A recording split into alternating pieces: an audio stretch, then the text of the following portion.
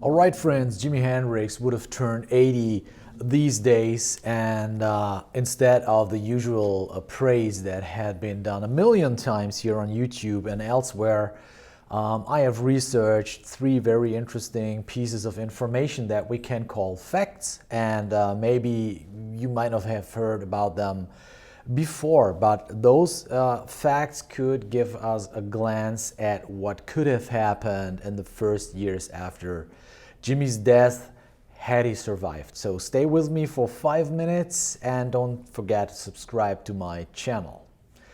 So the first fact is that Miles Davis was a huge fan of Jimi Hendrix. He really fell in love with his guitar playing and his music, and both had already booked a studio in New York, and they wanted to collaborate on an album. Of course, there were always issues with the money and so on, but anyways, both wanted to work together and they already played sessions together.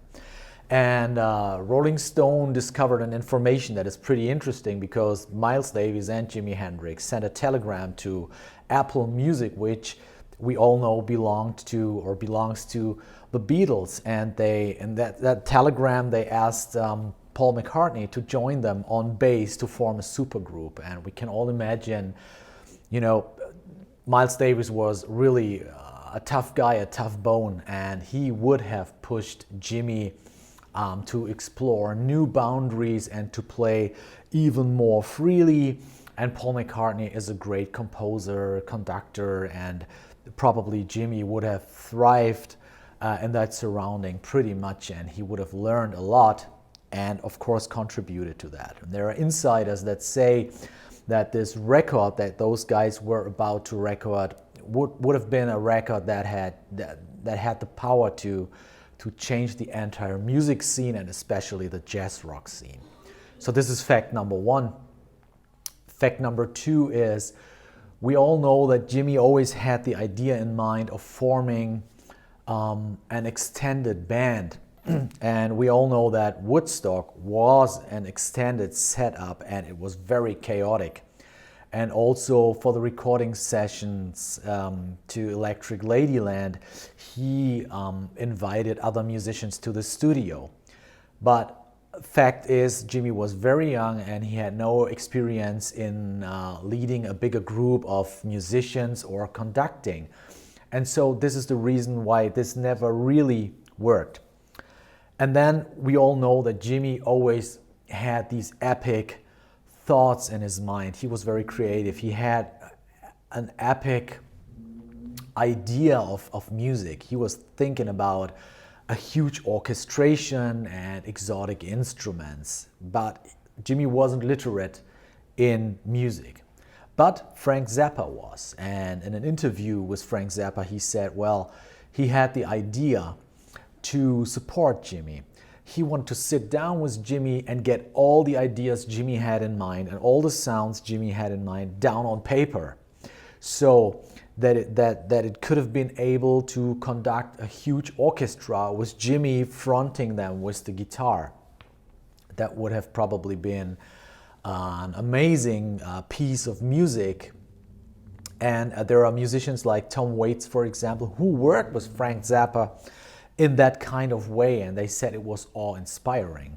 And unfortunately, Jimmy died before Frank could present this idea to him. But I personally think that this would have been a very, very important step just to enlighten his head, because his social pals and his musical pals, they were great musicians, no doubt, Billy Cox, Noel Redding, and Mitch Mitchell, but they weren't able to really understand what was going on in Jimmy's mind, or to realize these musical ideas that he had. And I think that Frank Zappa would have been a perfect supporter to get this done. The third fact is, in an interview with the Rolling Stone magazine in May 1969, Jimmy said that he needs a break, okay? He wants to step away from the whole artist and musical circus for at least 1 year.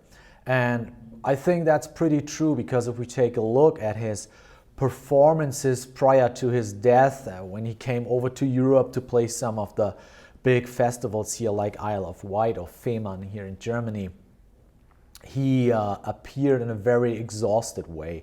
He was mentally exhausted and he was physically exhausted, and he definitely needed a break. And there are people that I have also spoken to that said, yeah, he was, he had a connection with Hawaii, and he was pretty much into the Near East, Far East culture, and he wanted to travel to Morocco and all that stuff. So I can clearly see Jimi laying in his hammock between two palms under a big sun canvas in Hawaii, reading a science fiction book and just getting away from the whole traffic, you know, getting away from Michael Jeffries and all these persons that were surrounding him, and just relaxing and clearing his mind, and maybe also getting away from drugs and all that stuff. And this would have definitely been a chance to reload his batteries, to get his inner energy working again, and then to push his creativity again, and to join new projects, and to discover new sides of himself, and to grow as a person, and to become more mature. So yeah, definitely the break would have brought up lots of potential. So these are the three things, and if we take them all together, and if we speculate a little bit with all this conducting and by Frank Zappa and so on, it could have been, and this is only my personal assumption, that Francis Ford Coppola would have engaged Jimi for the soundtrack to Apocalypse Now. In fact, Francis Ford Coppola said he would have done that if Jimi hadn't died.